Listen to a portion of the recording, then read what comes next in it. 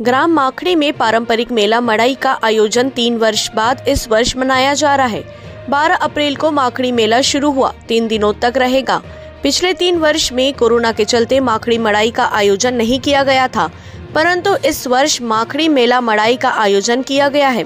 इससे लोग मेला के लिए बहुत ज्यादा उत्साहित नजर आ रहे हैं। देवी देवताओं का पूजन किया गया, जिसमें पूर्व मंत्री लता उसेंडी उपस्थित हुई। उन्होंने लोगों को बधाई दी, मेला मड़ाई की। इस अवसर पर विधायक मोहन मरकाम भी सम्मिलित हुए। पूर्व विधायक शंकर सौरी भी सम्मिलित हुए और उन्होंने लोगों को बधाई दी। माखड़ी से रोशन सेन की रिपोर्ट।